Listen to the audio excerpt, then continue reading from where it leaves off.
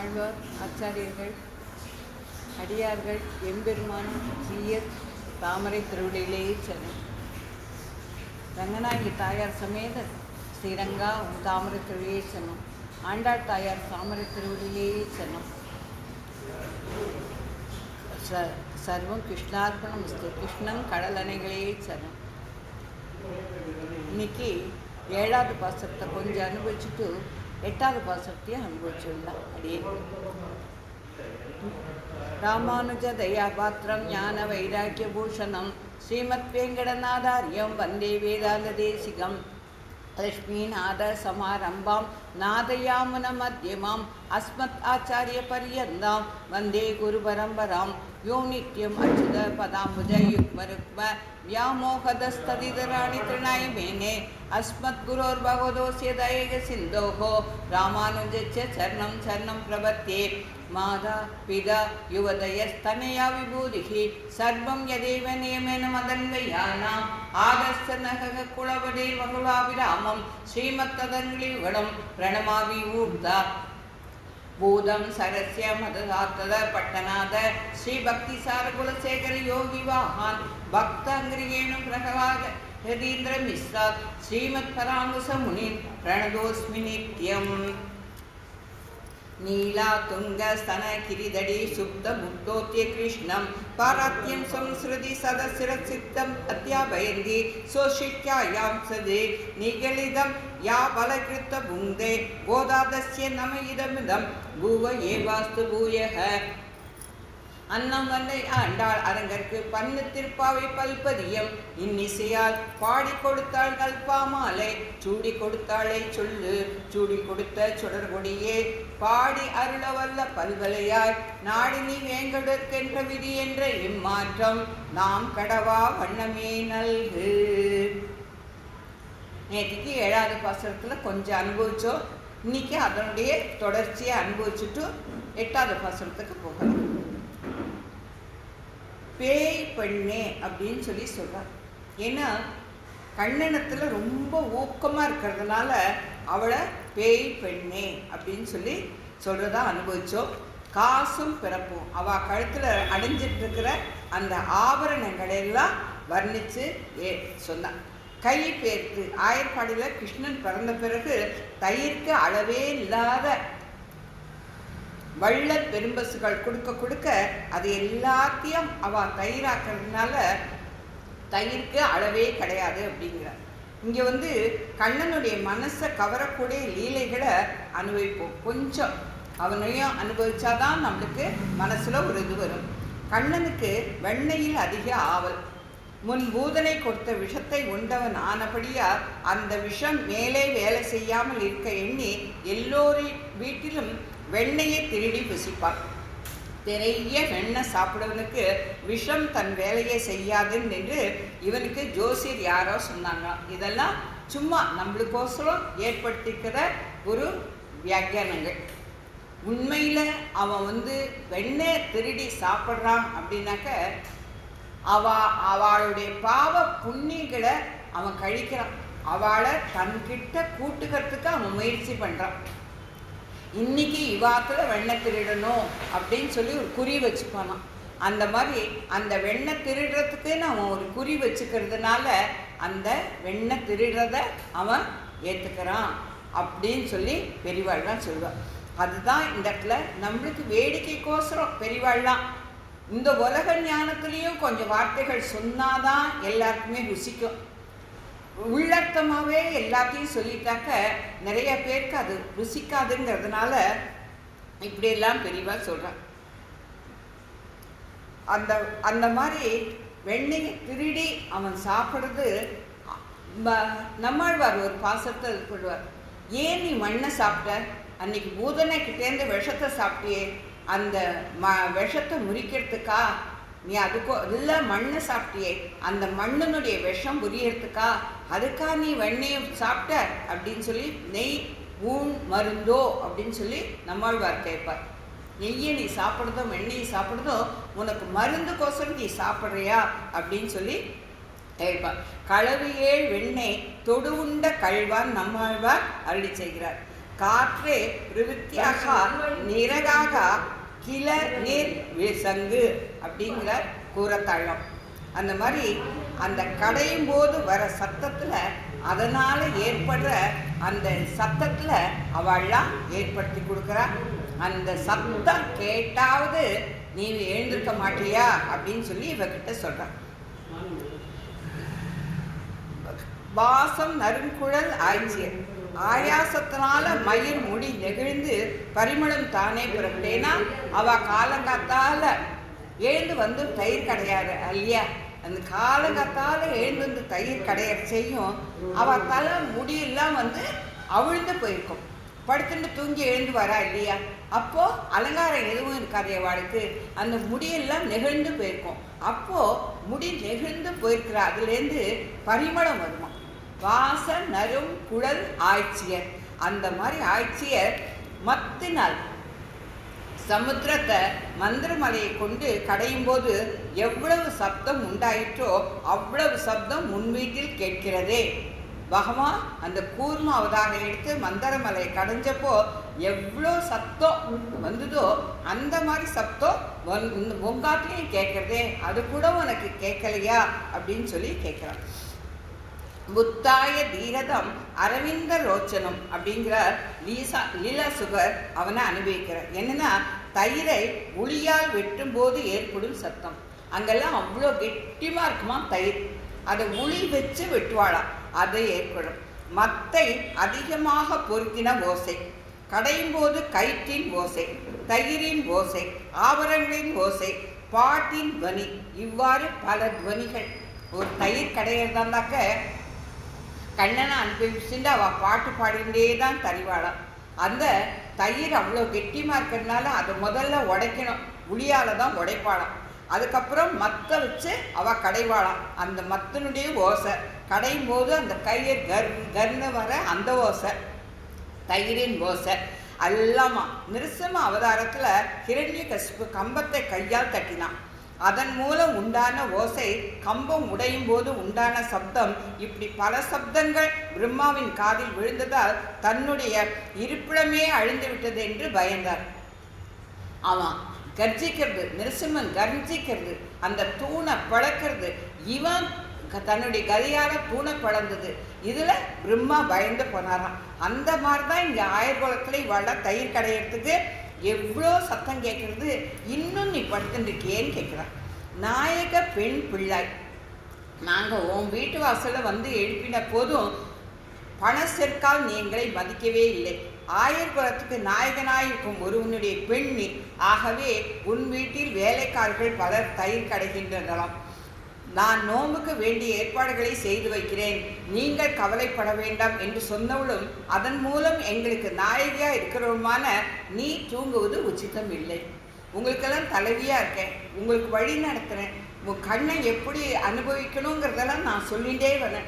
கண்ணனுடைய சேஷதங்களெல்லாம் நான் உங்களுக்கு எடுத்து சொல்லிகிட்டே வரேன். நம்மளுக்கு நடக்கிற சிரமமே இல்லாத நம்ம போகலான்லாம் முதல் நாள் அவ்வளோ சொல்லிட்டு இன்னைக்கு அவள் மட்டும் கண்ணனை அனுபவிச்சுட்டு இருக்கான். நாயக பெண் பிள்ளைன்னா அந்த ஊரில் ஆயர்பாடியில் இவளுடைய அப்பா வந்து கொஞ்சம் வசந்த மனுஷன், பெரிய மனுஷங்கிறத எடுத்து சொல்லலாம். எப்பொழுதுமே ஆயர்பாடையில் தயிர் கடைவது உண்டு. பகல், சாயங்காலம், இரவு, உஷத்காலம் என்பதை பார்ப்பதே இல்லை. முப்போதும் கடைந்து ஈண்டிய வெண்ணெய் என்கிறார் பெரியாழ்வார். 3 வேளையும் அவ கடைவாளாம். ஆகையால் உஷத்காலத்தில் தான் கடைவது என்பதில்லையே. ஆதலால் பொழுது விடிந்ததுக்கு இது அடையாளமாகாது. உள்ள இருக்கிறவோ சொல்றான், நீங்கெல்லாம் சொல்றத நான் ஒத்துக்க மாட்டேன். ஆமாம், எங்கள் இடத்துல தயிர் கடையதாமா கடையிறா, சத்தம் கேட்கறது. ஆனால் எப்பவும் கடையிறதானே, காத்தாலையா மத்தியானமா சாயங்காலமான்னு தெரியாதே. அதனால இது விடிஞ்சதுக்கு அடையாளம் இல்லை அப்படின்னு சொல்லி சொல்றான். எம்பெருமான் ஸ்ரீபாஷ்யத்தை அருளி செய்தார். அதில் நாராயணன், வாசுதேவன், கிருஷ்ணன், ராமன் என்கிற சொற்களை பிரயோகிக்கவே இல்லை. பரமாத்மா, பரம், பிரம்மா முதலிய சாமானிய சொற்கள் தான் கூறப்பட்டுள்ளன. சூத்திரக்காரரும் அவ்வாறே. லிங்க பூயஸ் துவாதி கரணம் ஒன்றில் தான் இந்த சப்தம் சொல்லப்படுகிறது. அல்ல, ஸ்ரீபாஷ்யத்தில் கரணங்கள் இருக்கு. அந்த கரணங்களில் லிங்க பாஷ்ய, லிங்கம்னாக்கா அடையாளம், லிங்க பூயஸ் வாதி கரணம் அப்படிங்கிறதுல மட்டும்தான் அந்த அவனுடைய நாமங்கள் இருக்கு. மூல மந்திரத்திலையும் துவய மந்திரத்திலையும் காண்க. துவயம் எடுத்துட்டாலும் சரி, மூல மந்திரம் அக்ஷாஸ்திர மந்திரம் எடுத்தாலும் சரி, அதிலெல்லாம் அந்த நாராயணன்கிற நாமம் வந்திருக்கும். பிரம்மா விஷ்ணு சிவன் என்ற மும்மூர்த்திகளில் விஷ்ணு என்பவன் காக்கும் தொழிலை செய்வதற்கு அவதரித்தவன். அவன் நாராயணனின் அவதாரம். கேசவன் என்ற திருநாமம் கொண்டவனும் நாராயணன் அவதாரம். இந்த கேசவனுடைய அந்த வார்த்தைக்கு கொஞ்சம் அர்த்தம் சொல்கிறான். கா என்று நால்முகனுக்கு பெயர், ஈசன் என்று சிவனுக்கு பெயர். இவர்கள் இருவருமே எம்பெருமானுடைய திருமேனியிலிருந்து பிறந்தவர்கள். ஆக எம்பெருமானுக்கு கேசவன் என்று பெயர்.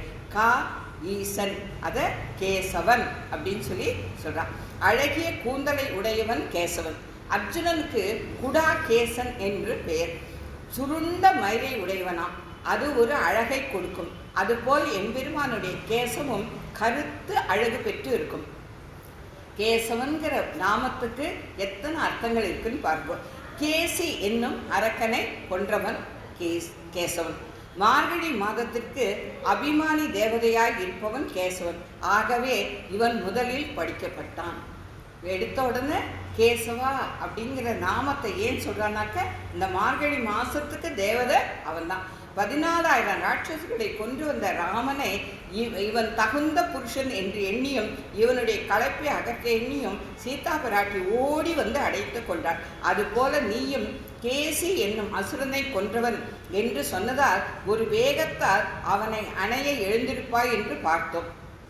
ஆனால் கிருஷ்ணன் விரோதி பயம் தீர்ந்தது என்றெண்ணி மார்பிலை கை வைத்து சுகமாக உறங்குறானே. ஆச்சாரியர்கள் கேசவன் என்னும் பேருடைய எம்பெருமான் இடத்தில் அதிகமாக ஈடுபட்டிருந்தார்கள்.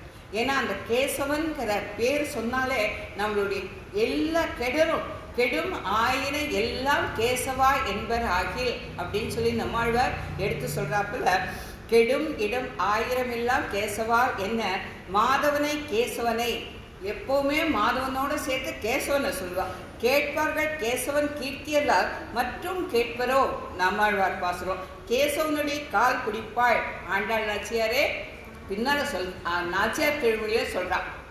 மன்மதனே, அந்த கேசவனுடைய காலை நான் பிடிப்பேன் அப்படிங்கிறதுக்கு எனக்கு ஒரு அஷூரன்ஸ் கொடுன்னு சொல்லி கேட்பான். அந்த மாதிரி ஆகாசத்துலேருந்து விழும் தண்ணீர் எவ்வாறு சமுத்திரத்தை அடைகிறதோ அவ்வாறே மற்ற தேவர்களை கொடுத்து செய்யும் நமஸ்காரம் கேசவனைத்தான் அடையும். நம்ம வேற எந்த தெய்வத்தை எப்படி தொழுதாலும் அது அந்த நாராயணனுக்கு கேசவனுக்கு தான் போகும். அர்ஜுனனுக்கு கிருஷ்ணன் கீதையை உபதேசித்தான். இந்த சம்வாதத்தை உள்கண்களால் சஞ்சயன் அறிந்து திருஷ்டாதனுக்கு கூறுகிறான். கேசவார்ஜுனருக்கு நடந்த சம்வாதம் இது என்கிறார். கேசவனுக்கும் அர்ஜுனனுக்கும் நடந்த சம்வாதம், அதாவது உரையாடல் அப்படிங்கிறத திருஷ்டாதனுக்கு சொல்றான், சஞ்சயன் சொல்றான். கேசவன் தமர்கீழ் எமர் 7 பிறவிக்கும் கேசவனிடத்தில் பக்தியை செய்த பரம்பரைக்கு நான் அடியேன் அப்படிங்கிறார் நம்மாழ்வார். கலியுகத்திலும் கேசவ சங்கீர்த்தனம் உயர்ந்தது என்று புராணம். நரசிம்ம வகுகு ஸ்ரீமான் கேசவக என்றது சகசரநாமம். கேசவாய நமக நாராயணாய நமக என்பது கிரமம். மாவாய் பிளந்தானே என்று கேசியாகிற குதிரையை வாயை பிளந்தவன் என்று மேலே கூறுகிறான். பகவான் விஷ்ணுடைய 12 திருநாமங்களை தினம் நம்ம அனுசந்திக்கணுன்றது பெரிவாளுடைய வாக்கு. அதில் முதல்ல எடுத்த உடனே கேசவா நாராயணா மாதவா கோவிந்தா தான் சொல்கிறாரே தவிர அந்த கேசவன் தான் முதல் நாமமாக இருக்கிறது. அதெல்லாம் நம்ம கொஞ்சம் சிந்தனை பண்ணி பார்த்து அவனுடைய அந்த நாமங்களில் அந்த 12 நாமங்களில் நம்ம தினம் கிடைக்கணும்னு சொல்கிறார். கேசவனுக்கு 4 கைகளையும் 4 சக்கரங்கள்.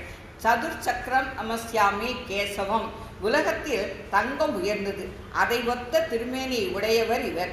சக்கராயுதத்துக்கு 16 ஆயுதங்கள் உள்ளன. துளசி கேசவனுக்கு பிரியம். முதலில் நெற்றியில் திருமணி இடும்போது கேசவனின் நாமதேயத்தை தான் சொல்வது. அந்த 12 திருநாமத்தை சொல்லிட்டு தான் நெற்றியில் 12 திருமணி இட்டுக்கணும். அதுலேயும் முதல் நாமம் கேசவன் தான். முன்பு எம்பெருமானை வித்திலை பீஜம் என்று சொன்னார். இதை மூர்த்தி கேசவன் என்று எடுத்து காட்டினார். அங்கே முத்து, அதாவது வித்து அவன்தான் அப்படின்னு சொல்லி ஆண்டாள் நாச்சியார் சொல்கிறது இதுதான், கேசவன் தான் அப்படின்னு. பாடவும் நீ கேட்டே கிடத்தியோ அபவித்ரக பவித்ரோ வா என்று எந்த தசையிலும் எம்பெருமானுடைய நாமத்தை கீர்த்தனம் செய்ய வேண்டும்.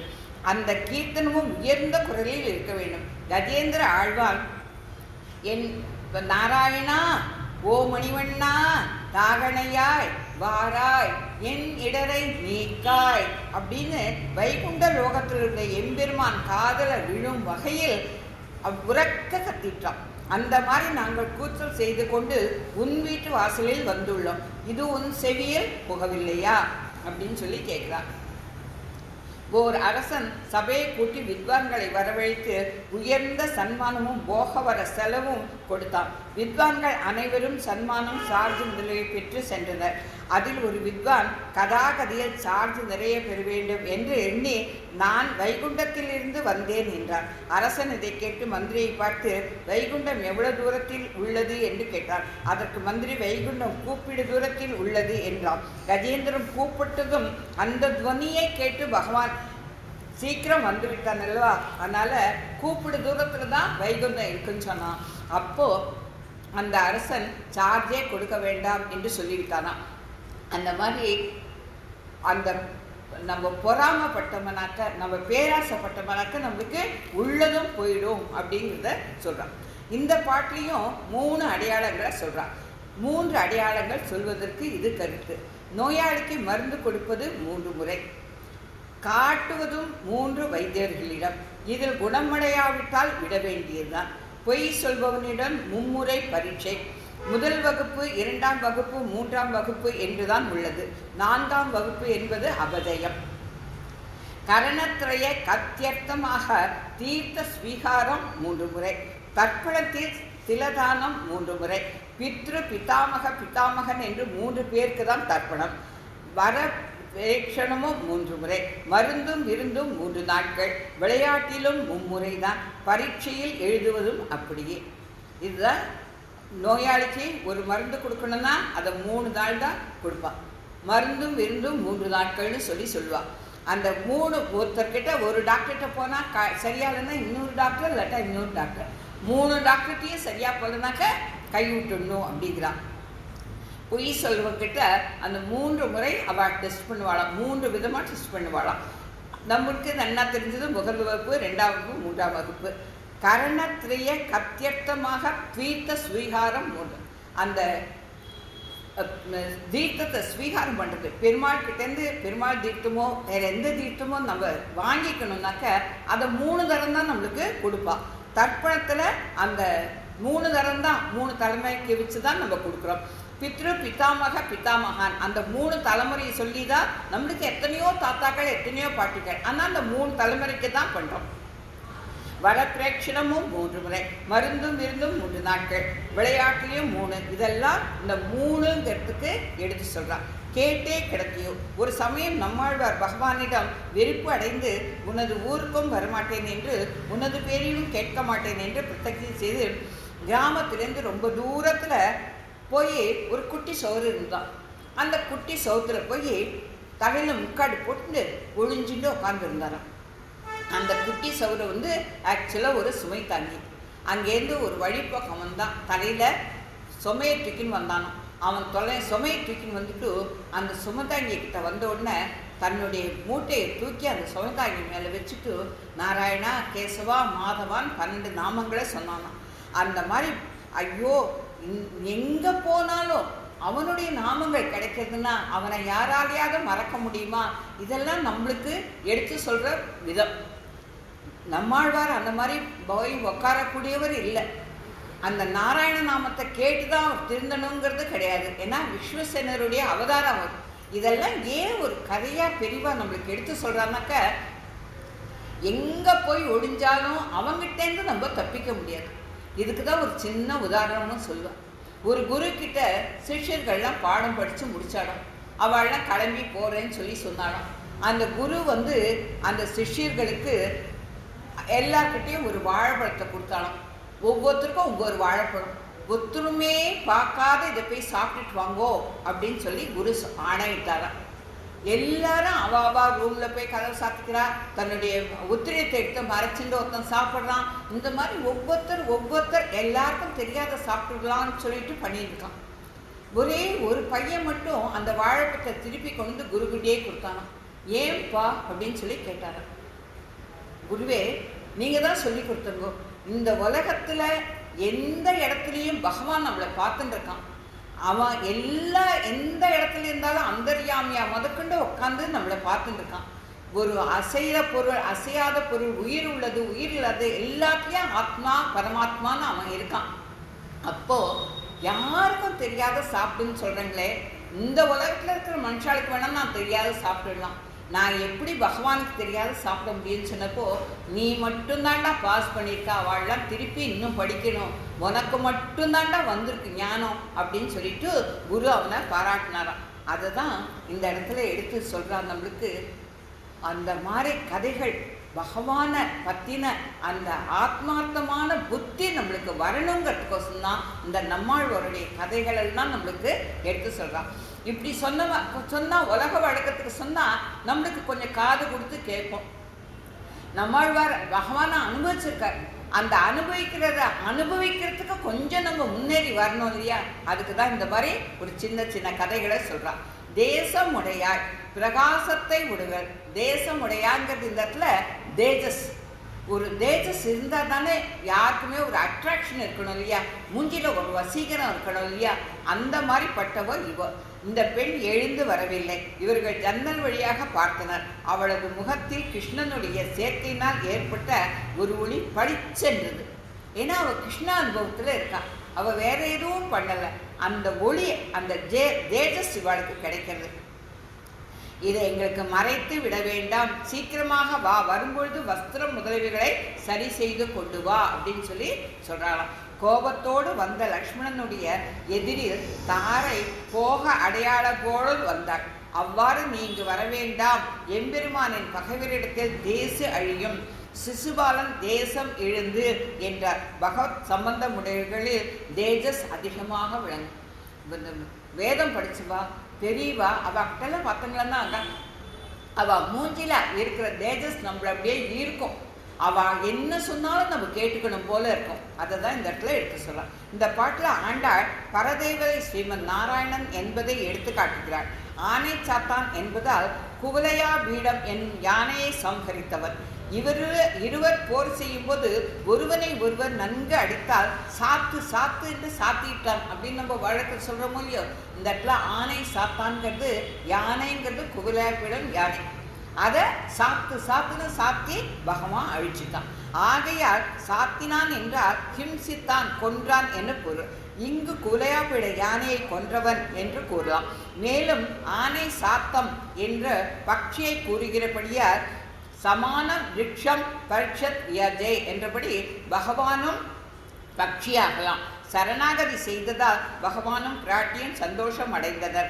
இப்பொழுது அந்த பகவான் தனது தர்ம பத்னியான பிராட்டியோடு கலந்து பேசுகிறான். பகவானும் தாயாரும் கலந்து பேசுகிறான். யாருக்கு எப்படி அருள் பண்ணலாம் அப்படின்னு சொல்லி இது பண்ணுறான். அவ்யக்த பத்ரமாக சரணம் அடைந்தவனை பிராட்டி ஹஸ்துதே தயைவ சர்வம் சம்பெஸ்ததே. தாயார் நம்மளுக்கு ஆசீர்வாதம் உண்டான். நீ பண்ணின பிரபத்தியால் உன்னுடைய விருப்பமெல்லாம் நிறைவேறும் என்று அவள் அருள் புரிகிறாள். பகவானும் இவளை பார்த்து எல்லா தேசங்களிலும் எல்லா காலங்களிலும் சகலவிதமான கைங்கரிகளை பெற்று சந்தோஷம் அடைவாய் என்று அனுகரிக்கிறார். இதை எம்பெருமானார் தனது கத்தியத்தில் நன்றாக விளக்கியுள்ளார். ஒரு யானையை கொன்றவனும் மற்றொரு யானையை ரட்சித்தவனும். பகவானுக்கு அதுதான் விசேஷம். அசுரர்களை தான் கொல்லுவான். அவங்ககிட்ட சரணாகதி பண்ணிட்டாக்க அவளை எந்த பாடுபட்டாலும் காப்பாற்றுவாங்கிறது தான் நம்மளுக்கு பெரியவாள்லாம் எடுத்து சொல்லியிருக்கா. இந்த ஒரு யானையை கொன்று ஒரு யானையை ரட்சித்தங்கிறது எல்லா ஆழ்வார்களும் அதை எடுத்து கொட்டியிருக்கான். என்னன்னா, ஆதி மூலமே ஓ நாகனையாய் நாராயணா வாராய் என் ஆரிடரை நீக்கான்னு ஒரு குரல் கொடுத்த உடனே ஆதி மூலமே கூட்ட அந்த குரலுக்கு வைகுண்டத்திலேருந்து அறக்க பறக்க ஓடி வந்தான். அதே இந்த கோலாயபீடத்தில் யானை திமிரோட நின்றுட்டு இருந்தது இல்லையா, மதத்தோட நின்றுட்டு இருந்தது இல்லையா, அதை அழிச்சான். அதை தான் ஒரு யானையை கொன்றான், ஒரு யானையை காத்தான். மற்றொரு யானையை ரட்சித்தவனுமான ஆணை சாத்தன் என்கிற எம்பெருமான் தனது மனைவியோடு சேர்ந்து அருள் புரிவதை நீ கேட்கவில்லையா? பேய் பெண் என்று பகவானிடம் ஈடுபடுவர்களை சொல்ல வழக்கம். அந்த பகவான் மேலே ரொம்ப அதீதமான பக்தி வச்சுருக்கிறதுனால பேயாழ்வார் என்ன பண்ணார்? எடுத்த உடனே திருக்கண்டேன் பொன்மேனி கண்டேன்னார். ஏன்னா அவருக்கு அசாத்திய பக்தி பெருமாள் மேலே. அதனாலேயே அவர் பேயாழ்வார்னு பேர் பட்டார். முதல்ல பொய்கை ஆழ்வார், பூதத்தாழ்வார். ஆனால் இவருக்கு பேயாழ்வார்னே பேர். ஏன்னா அந்த அதீத பக்தி. அதை தான் இந்த இடத்துல எடுத்து சொல்லலாம். அத்தா ஹரியே என்று உன்னை பேயரே எனக்கு யானும் ஓர் பேயனே.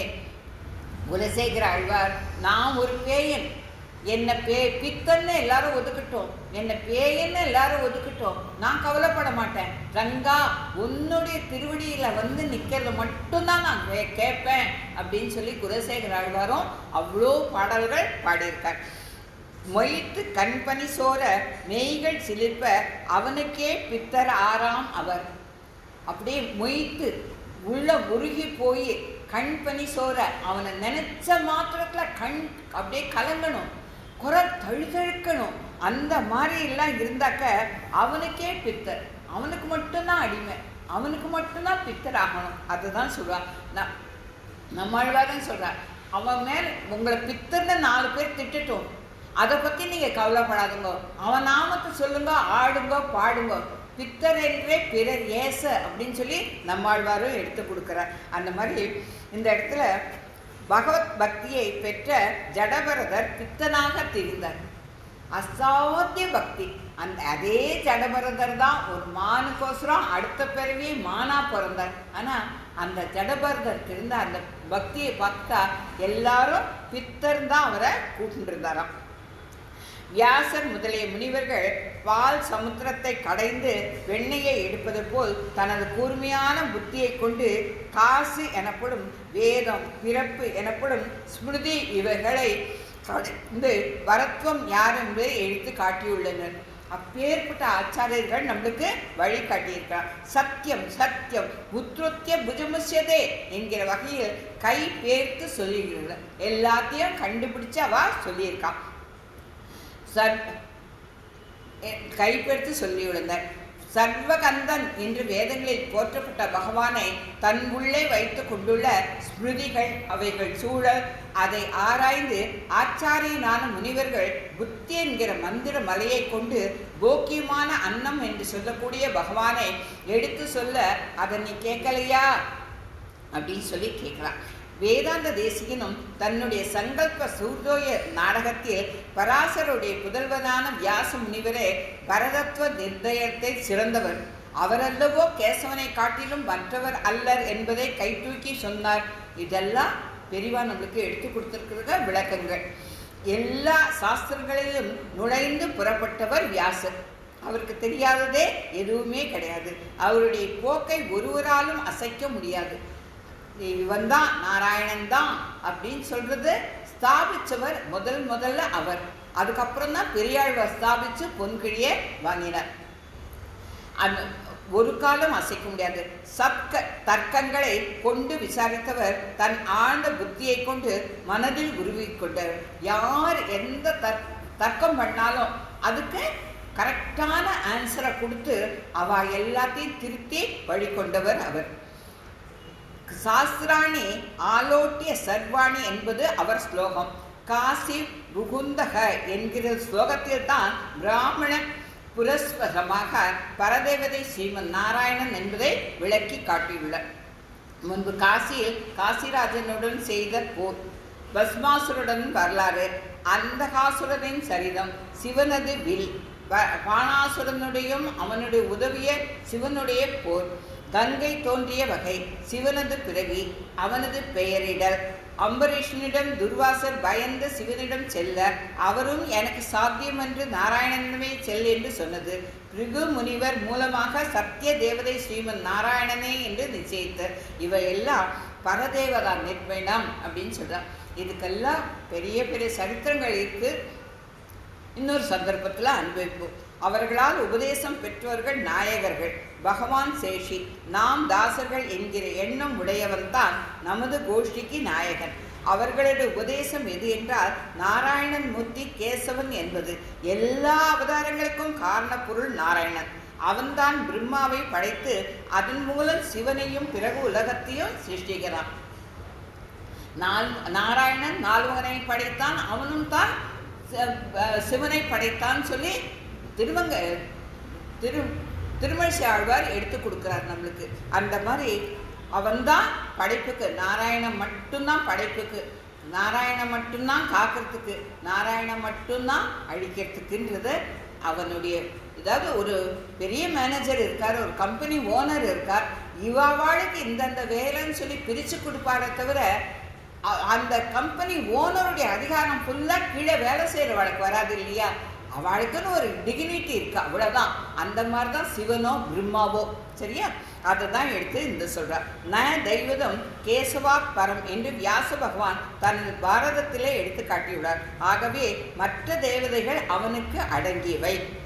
திரையந்த ஏக கண்டன என்பது நோக்கமும் ஆக இந்த பாசுரத்தில் தேவதா பரமாத்மத்தை சொல்லி மேல் பாசுரத்தில் தேவாதி தேவனே என்று அருளி செய்கிறார் ஆண்டாள். யானை போல் வலியுள்ள தன் புலன்களை வென்று நம்மை தம்மிடம் பிரபத்தி செய்யும்படி தூண்டின பகவான். நம்மளுடைய ஐங்கருவி கண்ட இன்பம் அதை அடக்கிறதுங்கிறது அவ்வளோ சுலபம் கிடையாது. அதை அடக்கி நம்மளுக்கு வழிகாட்டக்கூடியவன் அந்த பெருமாள். சகதர்மிணி சாரிணியாக பிராட்டியுடன் கலந்து, தாயார் இல்லைன்னா நம்மளுக்கு எதுவுமே கிடைக்காது. அவ்யக்த மதுரமாக உனக்கு எல்லா க்ஷேமமும் உண்டாகும் என்று பிராட்டி பேசின சப்தத்தையும் சர்வதேச சர்வ காலங்களில் சர்வ கைங்கத்தையும் செய்ய கடவா என்று பகவான் பேசினதையும் நீ கேட்கிறாய் அல்லையே. பகவானிடத்தில் ஆழ்ந்து பேய் போல் இருக்கும் அவளே சர்வ கந்தனான எம்பெருமானை தன்னிடம் வைத்து கொண்டுள்ள குழல் போன்ற உபனிஷத்துக்களை ஆராய்ச்சி செய்த ஆச்சாரியர்களான வியாசர் முதல முனிவர்கள் அந்தணர்களுக்கு தனமான வேதத்தையும் அதில் பிறந்த ஸ்மிருதிகளையும் ஒன்றோடு ஒன்று வேதாந்தம் விஸ்தரிக்கப்படுகிறது என்றும் ஸ்மிருதிகள் உபபிரகணமும் ஆனவை என்றும் நினைத்து விசாரித்து அந்த அப்பேற்பட்ட ஆச்சாரிகள் நம்மளுக்கு இதெல்லாம் எடுத்து சொல்லலைனாக்க நம்மளுக்கு, அதாவது எடுத்து சொல்கிறது என்னென்னா வேதத்தில் நிறைய ஒரு வார்த்தைக்கு பர்யாய சொல்கள்னு தமிழில் சொல்வாள்.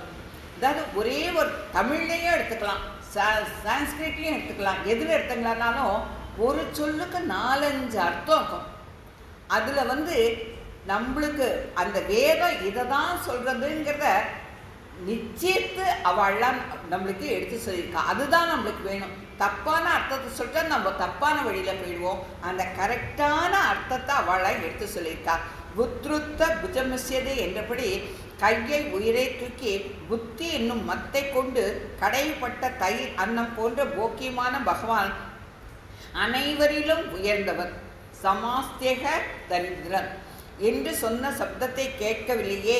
இந்த பரதேவதா பாரயத்தை அறிந்தவர் ஆனபடியாலும் நம் கோஷ்டிக்கும் நாயகன் ஆனவனே நாராயணன் என்னும் மூர்த்தியான பகவான் தான் என்னப்படும் பிரம்மாவையும் ஈசன் எனப்படும் சிவனையும் உண்டு பண்ணியவன் என்று கோஷித்து கூறவும்.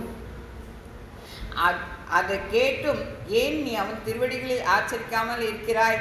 நீ கீழ் சொன்ன அறிவு செல்வம் பெற்று விளங்குபவளே அவனை அடிய வழி தேடுவாயாக அப்படின்னு சொல்லி அந்த 7வது பாசுரத்தை முடிக்கிறார். இன்னைக்கு 8வது பாசுரத்தில் கொஞ்சம் அனுபவிச்சுட்டு நாளைக்கு தொடர்ந்து அனுபவிப்போம்.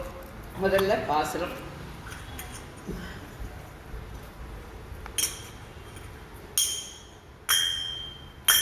வானம் வெள்ளென்று எருமை சிறு வீடு மெய்வான் பரந்தனக்கான் மிக்குள்ள பிள்ளைகளும் போவான் போகின்றாரே போகாமல் காத்து போவான் போகின்றாரே போகாமல் காத்து உன்னை கூவுவான் வந்து நின்றோம் உன்னை கூவுவான் வந்து நின்றோம் கோதுகலம் உடைய பாவாய்.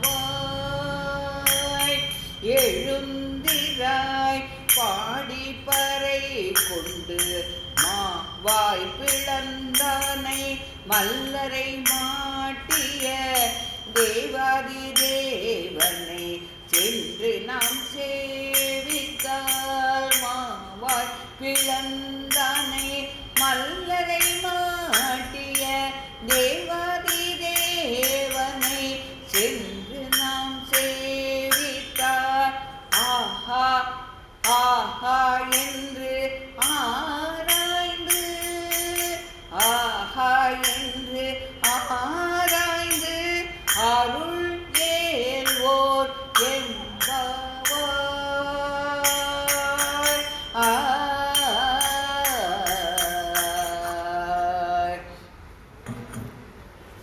கிழக்கு திக்கில் இருக்கிற ஆகாசம் அது ஒரு வெளுத்து பெழுத்து.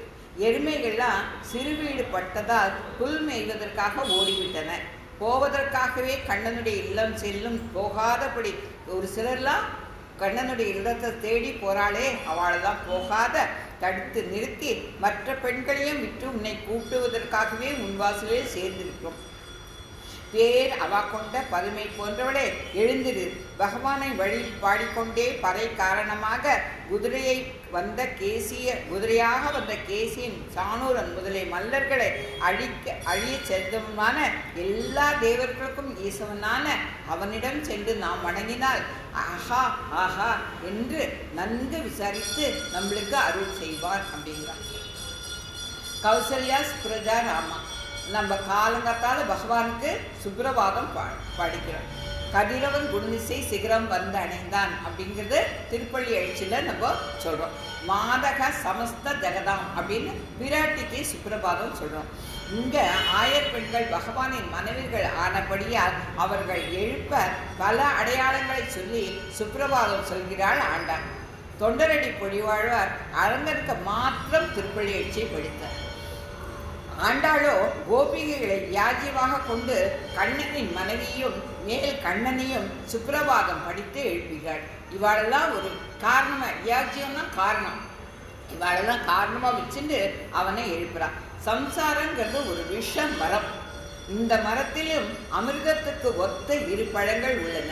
அவை ஒன்று எம்பெருமானிடத்தில் பக்தி, ரெண்டாவது அவனை சேர்ந்தவர்களோடு உண்டான சேர்க்கை. இது கடிதம்தான். அவனை சேர்ந்தவனோட சேருறதுங்கிறது கஷ்டம். ஆனால் அந்த சத் சங்கத்தில் இறங்கிட்டோன்னா, அவளோட சேர ஆரம்பிச்சிட்டோன்னா நம்மளுக்கு மிச்சம் எல்லாமே நிஷித்தமாக தோணும். வேற எதுலேயுமே நம்மளுக்கு ஈடுபாடு தோறாது. அம்பரீஷன் என்னும் அரசன் பெரிய அரசனாக இருந்தாலும் தன்னுடைய புலன்களை எம்பெருமான் விஷயத்திலேயே லயிக்க செய்து பெரிய ராஜா ராஜ்யத்தை நன்னா ஆடுறான். ஆனால் அவனுக்கு எல்லாத்துலேயும் இந்த கண்ணம் கொடுத்துருக்கான், நான் அனுபவிக்கிறேன். இதை கண்ணம் பண்ண சொல்கிறான், நான் பண்ணுறேன். இது கண்ணனுக்குன்னு சேர்ந்தது. அந்த கிருஷ்ணார்ப்பணமஸ்துன்னு வாழ்ந்தவன் அம்பரீஷர். அந்த மாதிரி உயர்ந்த பெண் இந்த பாசுரத்தில், அந்த அம்பரீஷனை மாதிரி ஒரு உயர்ந்த பெண்ணை தான் இந்த பாசுரத்தில் எழுப்புறார். கிழக்கு திசை வெளுத்ததுங்கிறது ஒரு அடையாளம். புல் மேய்வதற்காக, அதாவது இதையே மேட்டு இளம் மேதிகள் மேய்ந்தன அப்படின்னு சொல்லி இது இதுலேயே திருப்பள்ளி எழுச்சிலேயே தொண்டரிப்படுவார் சொல்லுவாங்க. அந்த காலத்துலலாம் முதல்ல காலங்கத்தால் போய் சின்ன புல்லை, பனியோடு இருக்கிற புல்லை போய் சாப்பிட்டுட்டு வர சொல்லி எருமைகளை அனுப்புவாளாம். அந்த சில்லுப்பு வந்ததுனால அது சீக்கிரம் பால் சுரந்துருமா. அதை தான் இந்த இடத்துல சொல்கிறான். கீழ்வானம். முதலில் ஆகாசம் விழுக்கும், பிறகு அருணோதயம், அப்போது சிவக்கும். மற்றபடி சூரியோதயம் ஆனதும் நன்றாக வெளுத்திடும். முதலில் பட்சிகள் சப்தம், பிறகு கீசு கீசு என்ற சப்தம், இதற்கு மேல் கிழக்கு வெளுத்தது. இப்படி கிரமமாக அடையாளம் கூறுகிறார். இதிலிருந்து முந்திய பெண்களை காட்டிலும் மேல் எழுப்பப்படும் பெண்களுக்கு தூக்கம் அதிகம் என்று சொல்வது ஆயிற்று. கிழக்கு வெளுத்தது என்பதன் கருத்து எடுத்து சொல்றார். விஸ்வாமித்திரன் ஜனகனுடைய வேள்வியில் ராமனை பார்த்து வில்லை பார் என்று மட்டும் சொன்னார். இதனுடைய கருத்து வில்லை தூக்கி நாணேற்றி உன் வலிமையை காட்டு அப்படிங்கிறது பொருள். ஆனால் ஆச்சாரியன் சொன்னது ஒன்று, என்ன, வில்லை பார். அந்த ஆச்சாரியன் சொன்ன அந்த ஒரு நிமிஷத்தில் ராமன் அதை உள்ள வாங்கிட்டு அந்த வில்லை எடுத்து நாணேற்றி சீதையை மணந்தான். அந்த மாதிரி நம்மளுக்கு ஒரு சொல்லுல நம்மளுக்கு எல்லாத்தையுமே புரிஞ்சுக்கிற அந்த சக்தி வேணும். இதோ இப்போ வந்து கிழக்கு வெடுத்துருத்து அப்படின்னு சொன்னாக்க நன்னா விடிய போகிறது, இன்னுமா தூங்குற அப்படின்னு சொல்கிறார். கோழி அழைப்பதன் முன்னம் குடைந்து நீராடுவான் போந்தோன்னு நாச்சியார் திருமொழியில் ஆண்டாளே சொல்கிறார். கோழி அழைப்பதன் முன்னம் அவள் ரொம்ப 2 மணி 2:30 மணிக்கெல்லாம் போய் பண்ணுறா அப்படின்னு சொல்கிறார். அந்த மாதிரி அந்த சர்வ அந்தர்யாமியான படியார் உங்களது உடலில் உள்ளும் வெளியிலும் நான் இருந்து சர்வத்தையும் சாட்சாத்துகிறேன். அப்படி இருக்க சங்கோஜம் எதற்காக என்று எண்ணி அவ்வாறு சொன்னான். நம்மை நாமே காத்து கொள்கிறோம் என்ற நினைவு. இதுதான் இது பண்ணார். இந்த கோழி அழைப்பதன் முன்னம்ங்கிறது தாயார் நம்மளுக்கெல்லாம் எடுத்து கொடுக்குறார். இடுப்புல வஸ்திரம் இல்லாத குளிக்கக்கூடாது அப்படிங்கிறதுக்கோசரம் அது மகா பாவமாக. இடுப்புல ஒரு வஸ்திரம் இல்லாத குளித்தோன்னா எத்தனை நாள் குளிக்கிறோமோ, எத்தனை தடவை குளிக்கிறோமோ அத்தனை பசுமாட்டை கொன்ன பாவம் நம்மளுக்கு சேருமா. நம்மளுக்கு ஏன் நம்மலாம் இவ்வளோ கஷ்டப்படுறோம்னு நம்ம நினச்சிக்கிறோம். அந்த நம்மளை தெரியாதையே நம்மளை அறியாதையே இத்தனை பாவங்களை நம்ம சேர்த்துட்டே போகிறோம். அதை தான் இந்த கோழி அழைப்பதன் முன்னம் பாசுரங்களில் 10 பாசுரங்கள்லேயும் தாயார் அதை தான் நம்மளுக்கு எடுத்து கொடுப்பாள். ஏன்னா அவள்லாம் காலங்கத்தால் 2 மணிக்கெல்லாம் போயிட்டு தன்னுடைய வஸ்திரம் எல்லாத்தையும் கரையில் கழட்டி வச்சுட்டு எல்லாரும் ஆற்றுல இறங்கி குளிச்சுட்டு இருக்கான். குளிச்சுட்டு இருக்கச்சையும் கண்ணன் வரான். இவாளுக்கு புரிய வைக்கணுமே, இவாள் தெரியாத இருக்காளே அப்படிங்கிறதுக்கோசரம் கண்ணன் எல்லா வஸ்திரத்தையும் எடுத்து அங்கே இருக்கிற மரத்து மேலே ஏறி அந்த மரத்தில் கொஞ்சம் சுற்றி வச்சுட்டு தான் உடம்பு பூரா சுற்றிட்டு உட்காந்துருக்கான். உட்காந்துருந்த உடனே இவாள்லாம் பார்க்குறா. ஐயோ தன்னுடைய வஸ்திரங்கள் இல்லையே, எப்படி நம்ம வெளியில் வருது, எப்படி ஆற்றுக்கு போட்டுன்னு தவிக்கிறா. வஸ்திரத்தை குடுன்னு அவங்ககிட்ட கேட்குறான்.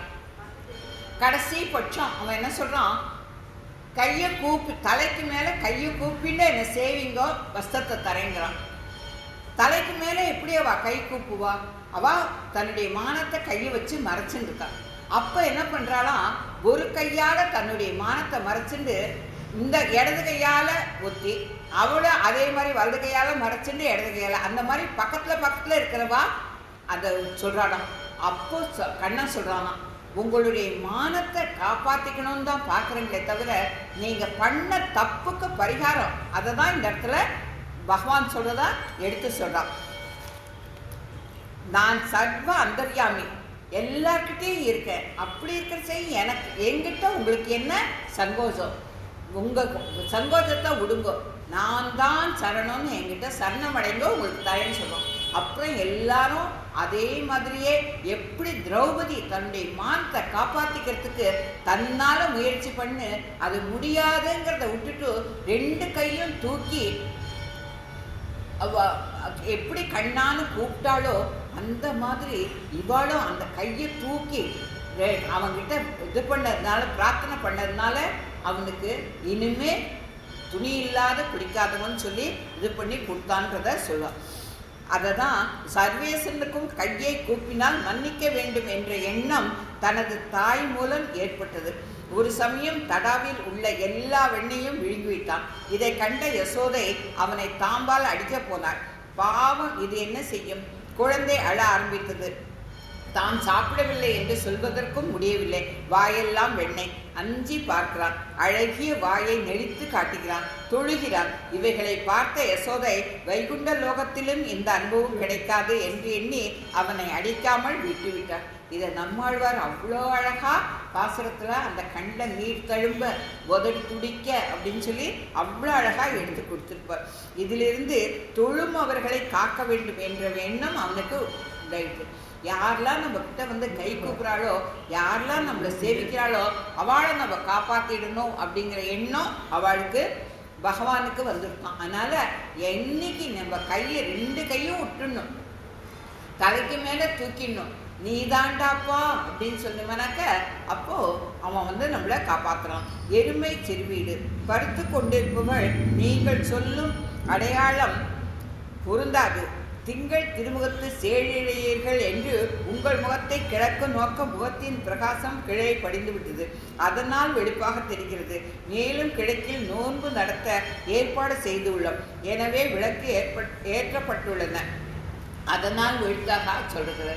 வெளிச்சம்னா இவ மூஞ்சில் இருக்கிற தேஜஸ் தான் வெளிச்சமாக தெரியணும், விளக்கினுடைய வெளிச்சம் தான் தெரியுது. இன்னும் கிழக்கு வெளுக்கலன்னு உள்ளே இருக்கிறவ சொல்கிறான். கண்ணில் தோஷம் இருந்தால் வெளுப்பான சங்கும் மஞ்சளாக புறப்படும். மஞ்ச காமாலக்காரனுக்கு கண்டதெல்லாம் மஞ்சள் அப்படின்னு சொல்லுவா இல்லையா, அந்த மாதிரிலாம் உன் கண்ணில் தோஷம் இருக்கு, அதனால தான் நீ இந்த மாதிரிலாம் பேசுகிற. பொழுது விடுந்தவே நீங்கள் தியானம் செய்து கொண்டிருக்கிறீர்கள். பயந்தவனுக்கு காடு சென்றால் இருண்ட பிரதேசங்கள் எல்லாம் பயமாகத்தான் இருக்கும் என்று அவள் சொல்ல மற்றொரு அடையாளம் கூறுகிறார்கள். ராமதாசர் ராமாயணத்தை ஏற்றார். அப்போது அந்தந்த கட்டங்களை இரவில் உபன்யாசிப்பார். காலக்ஷேபம் நடக்கும் இடமெல்லாம் எத்த நாத கீர்த்தம் என்றபடி ஆஞ்சநேயர் வந்து உட்காந்துருவார். எங்கே ராமாயணமோ ராமஜபமோ எந்த இடத்துல நடந்தாலும் ஆஞ்சநேயர் இன்னைக்கு சிரஞ்சீவி, அவர் எங்கேயுமே வந்து உட்காந்துருவார். அப்போது ஹனுமான் வெண்ணிற புஷ்பத்தை பார்த்தார் என்றார். உடனே ஆஞ்சநேயர் எழுந்து நான் சிவந்த புஷ்பத்தை தான் பார்த்தேன் அப்படிங்கிறார். வெண்ணிறமுள்ள புஷ்பத்தை பார்க்கவில்லை, அங்கு எல்லா புஷ்பங்களும் சிவந்தைகள், ஒன்று கூட ராமதாசர் சொல்றார் எல்லாமே சிவப்பு புஷ்பம் தான் இருக்கு, அதை தான் பார்த்தேன்னு சொன்னப்போ ஆஞ்சநேயர் மட்டும் நான் வெளுப்பான புஷ்பத்தை தான் பார்த்தேன் அப்படிங்கிறாரா. ரெண்டு பேருக்கும் வாக்குவாதம் முற்றி போயிடுச்சு. ராமன் கோயிலில் வந்த ஒருவர் பாகவதர் சொல்வதுதான் உண்மை.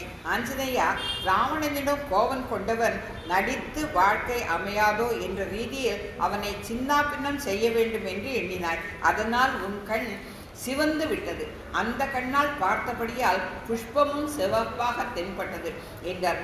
ஆக கருப்பான வானமும் வெண்ணிறமாக தென்படலாம், ஏன்னா இவாளுடைய கண் அந்த மாதிரி அப்படிங்கிறத சொல்கிறார். இந்த கம்பர் எப்படி சொல்கிறார்னா பெரிய நான் ஒளி கொள் புத்தி என்று பாசுரத்தில் கூறுகிறார். சிறு வீடு என்றால் சிறு தோட்டங்களில் விடப்பட்டன, அல்லது வீடு விடுதல் சிறு விடுதல் என்பதுக்கு எருமைகள் தான் பனிப்புல் மேயும்.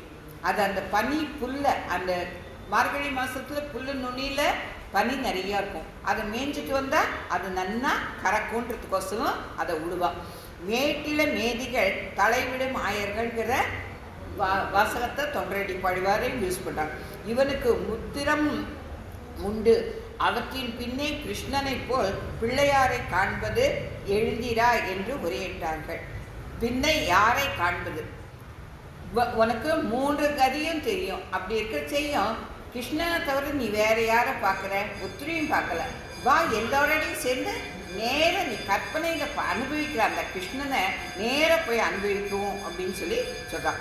ஆயர்பாடியில் நந்தகோபனும் யசோதையும் கண்ணன் தன் இனத்தன் என்று நினைத்து பலராமனுடன் மாடுகள் மேய்க்க கண்ணனை அனுப்பி விடுவார்கள். பிறகு ஐயோ குழந்தையை குடை செருப்பு எதுவும் கொடுக்காமல் மாடு கன்று இவர்களின் பின் அனுப்பிவிட்டேனே என்று நினைத்து கொங்கையில் பால் சொரிய புலம்புவாள் யசோதை.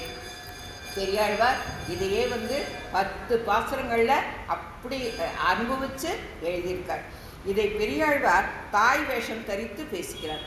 அவர் யசோதையாவே மாறி அவளுடைய பேச்சிலேயே பேசுகிறார். 12 தெங்கள் கன்றின் பின் குடையும் செருப்பும் கொடாதே எல்லே பாவமே, எல்லே பாவமே, எல்லே பாவமேனா அந்த பாசங்கள் என்ன பாவம் பண்ணினோம், நான் என்ன பாவம் பண்ணினோம், இந்த மாதிரி குழந்தைய அனுப்பிட்டேனே, இந்த மாதிரி குழந்தைய அனுப்பிட்டேனே அப்படின்னு சொல்லி அவன் புலம்புதாப்பிலேயே பெரியாழ்வார் அப்படியே எழுதிடுவார். கண்ணி நல்ல மாமதில் சூழ் இளங்கன்று மேய்க்க சிறு கால் ஊட்டி ஒருப்படுத்தேன், காலங்கத்தால் எழுப்புறேன், அவனை எழுப்பி கன்று பின்னால் போன்னு சொல்லி நான் அனுப்பிட்டேனே அப்படின்னு சொல்லி அவர் ரொம்ப மனசு வேதனைப்படுறதா பெரியாழ்வார் அனுபவிக்கிறார். கன்று மேய்த்து இனிது உகந்த காளாய் கடிப்பொழில் சூழ்ந்த கண்ணபிரான் என் கண்ணியே, இப்படி எல்லாம் அந்த கண்ணனை அந்த காட்டுக்கு அனுப்பிட்டது அந்த ஒரு காரணத்தை வச்சுட்டு அவன் அனுப்பலைனாலும் அவன் கண்டிப்பாக போக தான் போகிறான். ஆனால் நம்ம எழுப்பி அவனை அனுப்பிட்டமேங்கிறதுல ஒரு தாய் பாசம், தந்தை பாசம், அதை ரொம்பவே வள்ளம் நல்லா அனுபவிச்சிருக்கிறதா ஆழ்வார்கள் நம்ம அனுபவிச்சு கொடுக்குறார். பெரியாழ்வார் யசோதா சொன்ன சொல்ல நான் சொல்கிறேன், யசோதா எப்படி அனுபவிச்சாலோ அதை நான் கண்ணில் கண்டு உங்களுக்கு சொல்கிறேன். இப்படி தான் தன்னுடைய பாசனங்கள்லாம் அமைச்சிருக்காரு தவிர அவராக நான் பார்த்தேன் நான் சொன்னேங்கிறத சொல்லவே இல்லை. யசோதா யசோதா யசோதான்னு அவங்க தாயார். ஏன்னா அவள் அப்பேற்பட்ட குடுப்பனை இருக்கிறவோ.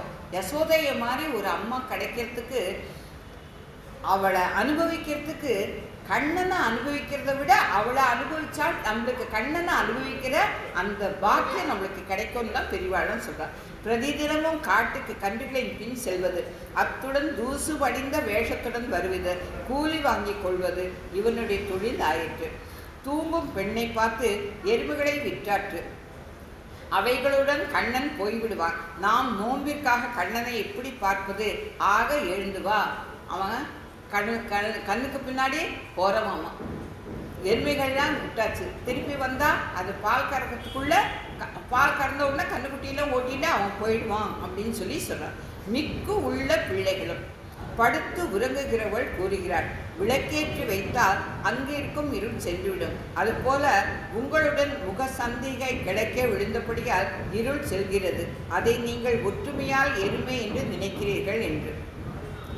அந்த கண்ணுக்கு எருமை போகிறதுங்கிறது எருமையே போகலை.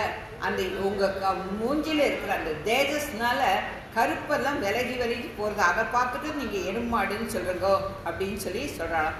அப்போது வண்டுகள் மதஜலத்தை பருக ஆசையால் வந்தன என்று ஒரு அரசனை பார்த்து சன்மானம் பெறாத ஒரு கவி சொல்லணும். அதுக்கு அரசன், சாதாரண மரம் இது என்று எண்ணி தோட்டக்காரன் பாத்தி கட்டாமல் போய்விட்டான். பிறகு புஷ்பத்தை பார்த்ததும் சண்பக புஷ்பம் மனம் வீசுகிறதே என்று வெட்கம் அடைந்தானாம். அதுபோல ஆயிற்று என்றார். எனவே எருமையை பார்த்து யானை என்று எண்ணுவது போல் இருளை எருமையாக நினைக்கிறீர்கள் என்றார். அதற்கு மற்றொரு அடையாளம் சொல்லப்படுகிறது. அடுத்து இன்னொரு அடையாளத்தையும் சொல்கிறான். இதில் போவான், நோம்புக்காக நதிக்கரைக்கு போகணும். அப்போது அதுக்காக முன்பே பாவைக்களம் போக வேண்டும். போவான் என்பதற்கு போவதற்காக என்று அர்த்தம் சொல்லி போவதற்காக போகிறவர்கள் என்றும் அர்த்தம் சொல்வர். போகான் போகின்றாரை போகாமல் காத்து. அங்கே போகணுங்கிறதுக்கோசரம் அவள்லாம் ரெடியாக நிற்கிறாள். அவள்லாம் நீ வரலன்னா போயிடுவா. இது இனிப்பான பண்டம். இதை தனியாக நாங்கள் சாப்பிட மாட்டோம், ஒத்திரியும் விட்டுட்டு சாப்பிட மாட்டோம். அதனால் எழுந்து வா அப்படின்னு சொல்லி சொல்கிறான். இவர்களுக்கு செல்லுகையே பிரயோஜனம். ஏன்னா தவிச்சுன்னு இருக்கா. கண்ணனை எப்போ போய் பார்ப்போன்னு தவிச்சுன்னு இருக்கா. போவதற்கு போகின்றார் என்றால் போவதே பிரயோஜனம் என்று ஏற்படும். திருவேங்கடமுடியான செய்வதற்கு தலத்தை நோக்கி செல்கிறார்கள். இங்கு வெங்கடேச யாத்திரை என்று பெயர். மோட்ச உலகம் செல்வதற்கு ஏற்பட்ட வழி அர்ச்ராதி மார்க்கம். ரங்க யாத்திரை என்று ஒன்றுவது, அது அணு யாத்திரை. இவைகளெல்லாம் ஸ்வயம் பிரயோஜனம். இதனால் மற்றொரு பிரயோஜனம் இல்லை. நம்மளுக்கு தான் அதெல்லாம் பிரயோஜனம். போகும்போது எம்பெருமானை பஜனை செய்து கொண்டு போகிறோம். அப்பொழுது ஏற்படும் ஆனந்தத்திற்கு அளவே கிடையாது. மலை முதலியவைகளை பார்ப்பதற்காக போவதே பரம பிரயோஜனம். அதுபோல நோன்பு செய்வதற்காக நாம் புறப்பட்டு போகிறோம். இதுவே நமக்கு பரம பிரயோஜனம். அந்த நோன்புக்கு போகிறதுங்கிறத, ஏன்னா அவன் கண்ணன் நம்மளுக்கு காட்சி கொடுக்க போகிறான், அதுக்கோசரம் தான் போகிறோம். திண்ணை பேச்சு என்பது ஒன்று உண்டு. இப்படி பலர் கூடி பேசுவதால் எந்த லாபமும் இல்லை. அந்த காலத்தில் திண்ணை பேச்சுன்னுவா, பெரியவாள்லாம் சொல்வா, இது வெறும் வெட்டி பேச்சு, இது என்னத்துக்கோசரம் நம்ம போய் உட்காந்து கேட்டுன்னு இருக்கணும் அப்படின்னு சொல்லி சொல்லுவா. அதனால் எந்த லாபமும் கிடையாது. பேச்சில் உள்ள சுவாரஸ்யம் வேறு எதுலேயும் இல்லை. நம்மளுக்கு அந்த பேச்சு சுவாரஸ்யம் போயிட்டே இருக்கும். ஆனால் அதில் என்ன நடக்கிறதுனே நம்மளுக்கு தெரியாத போயிடும். இவ்வாறு பேசி கொண்டிருப்பதே பிரயோஜனம். அவனுடைய நாமத்தை நம்ம சொல்லிட்டு இருக்கிறது மட்டும்தான் நம்மளுக்கு பிரயோஜனம் அப்படின்னு சொல்லி சொல்கிறான். எல்லாம் அறிந்த ஒரு புலவர் மற்றவருடைய உபன்யாசத்துக்கு வந்தார். இங்கு ஏன் வந்தாய் என்று கேட்டால், கேட்பதற்காகவே வந்து கேட்கிறேன் என்பார். அவருக்கு கேட்பது தான் பிரயோஜனம். எப்போ பாரு அவர் சொல்லிகிட்டே இருக்கார். அவரும் கேட்கணும் இல்லையோ, அந்த அதுதான் பிரயோஜனங்கிறதுக்கோசரம் வந்தேன் அப்படிங்கிறாரா. ஒரு ஸ்பூனில் எடுத்து சாப்பிடுவார். அவர் வயிறு நிரம்புவதற்காக சாப்பிடுவதில்லை, ருசி பார்ப்பதற்கே சாப்பிடுவார். எப்போவுமே பெரியவாள்லாம் சொல்லுவாள், கையில் பிசைஞ்சு எடுத்து சாப்பிட்டா தான் வயிறு இருக்கும், ஸ்பூனில் சாப்பிட்டா வயிறு உருவாகுதுன்னு சொல்லி பெரியவாள்லாம் நம்மளுக்கு எடுத்து கொடுப்பா. அந்த ருசி பார்க்கறது தான் ஸ்பூனில் சாப்பிடுது, அந்த வயிறு நிறையிறது தான் கையில் பிசைஞ்சு சாப்பிடுது. ருசி பார்க்கறது தான் நம்ம மட்டும் தனியாக இருந்து அனுபவித்து சொல்கிறது. அந்த வயிறு நிறையிறதுங்கிறது தான் சத் சங்கத்தில் சேர்ந்து அவனுடைய நாமங்களை சொல்கிறது. திருவேங்கடமுடி யாத்திரை போகும்போது கோவிந்த நாம சங்கீர்த்தனம் செய்து கொண்டு போகிறோம். போகும்போது உள்ள ஆனந்தம் எம்பெருமானை சேவிக்கும் போது இருக்கிறதா இல்லையா என்று சந்தேகம்தான். அந்த சத் சங்கத்தில் இருக்கிற அந்த ஆனந்தம் நம்மளுக்கு திரும்பி வர செய்யும். அவனை சேவிக்கிற செய்யும் கூட அவனை முழுக்க சேவிக்க முடியலையே, ஜரகண்டி ஜரகண்டி ஜரகண்டின்னு அவள் தள்ளி விட்றாளே அப்படிங்கிறதுல தான் நம்ம கவனம் போகுமே தவிர, ஆனால் போகிற செய்ய என்ன பண்ணுறோம், அந்த கோவிந்த நாம சங்கீர்த்தனத்தோடு போகிறதுனால அவனை பார்க்க போகிறோங்கிற அந்த ஆர்வத்தில் நம்ம போயிடுறோம். அதனால் நம்மளுக்கு அது ஒரு சத்சங்கமாக ஆயிடுறதுங்கிறத இந்த இடத்துல சொல்கிறா. இதோடு இன்னைக்கு முடிச்சுப்போம். குற்றம் குறைகள் இருக்க அடியனை க்ஷமிக்க பிரார்த்திக்கிறேன். நாளைக்கு தொடர்ந்து அனுபவிப்போம். சர்வம் கிருஷ்ணார்ப்பணமஸ்து. அடியே வேயர்வில் புகழ்வில்லிபுத்தூர் ஆடி பூரம் மேன்மேலும் மிக விளங்க விஷ்ணு சித்தன் தூய திருமகளாய் வந்து அரங்கனாக்கு துடாய் மாலை முடிச்சுடு கொடுத்த மாதே நேயமுடன் திருப்பாவை பாட்டு ஆரைந்தும் நீ உரைத்த தை ஒரு திங்கள் பாமாலை ஆய புகழ் 143 அன்புடனே அடியேனுக்கு அருள் செய் நீயே. இன்னைக்கு இதில் கொஞ்சம் நிறையவே அனுபவிச்சிட்டோம். நாளைக்கு முக்கூர் நரசிம்மச்சாரியாருடைய அனுபவத்தையும் கொஞ்சம் அனுபவிச்சுட்டு இந்த பாசனத்தை முடிச்சு அடுத்த பாசனத்தையும் எவ்வளோ முடியுதோ அவ்வளோ அனுபவிச்சிடணும். அடியே சர்வம் கிருஷ்ணார்ப்பணமஸ்து. அடியே